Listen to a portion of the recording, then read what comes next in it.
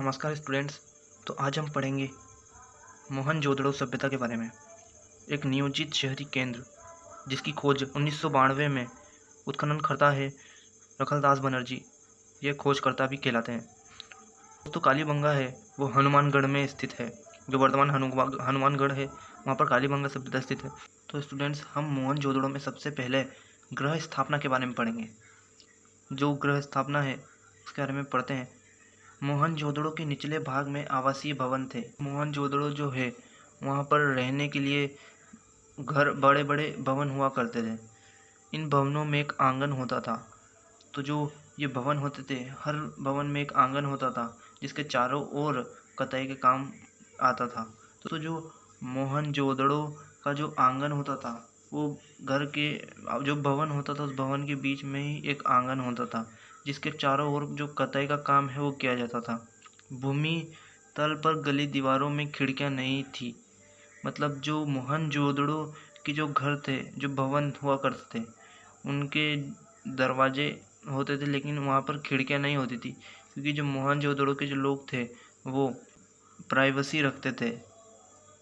स्नानाघर प्रत्येक घर में बना होता था। हर घर में एक बाथरूम होता था।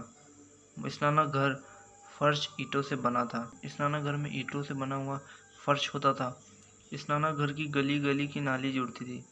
इन नालियों के बीच में होदी बनी होती थी जिससे ठोस पदार्थ जमा हो जाता और गंदा पानी नालियों में बह जाता।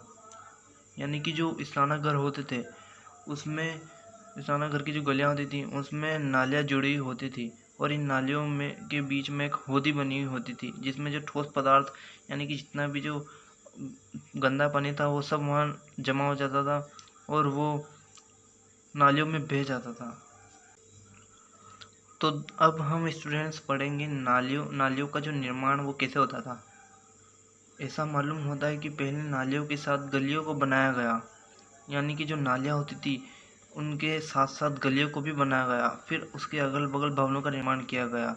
पहले जो गलियाँ बनाई गई, फिर उसके बाद उससे नालियाँ जोड़ी गई और जो गलियाँ होती थी उनके अगल बगल में जो भवनों का निर्माण किया गया। घरों का गंदा पानी गलियों की नालियों द्वारा आता था। जो घरों का जो गंदा पानी था वो गलियों से नालियों में होते हुए शहर के बाहर ये नालियाँ सड़क के मुख्य नालियों में शहरों के बाहर गड्ढे में पानी ले जाती थी। यानी कि जो घरों में गंदा पानी होता था ये गलियों की नालियों से होते हुए सड़क की मुख्य नालियों में शहरों के बाहर गड्ढे में चला जाता था। यानी कि जो गंदा पानी जितना भी होता था वो सब जो नालियाँ होती थी उनके द्वारा शहरों से बाहर गड्ढे में ले जाया जाता था। ये नालियाँ ऊपर से ढकी होती थी, यानी कि जो नालियाँ हैं उसके ऊपर सड़क या फिर गलियाँ होती थी और गलियों के नीचे नालियाँ बनाई गई थी। तो स्टूडेंट्स, अब हम जो अगला वीडियो है उसमें पढ़ेंगे मोहनजोदड़ो के जो निचले शहर और जो दुर्ग है उसके बारे में हम अब नेक्स्ट वीडियो में पढ़ेंगे।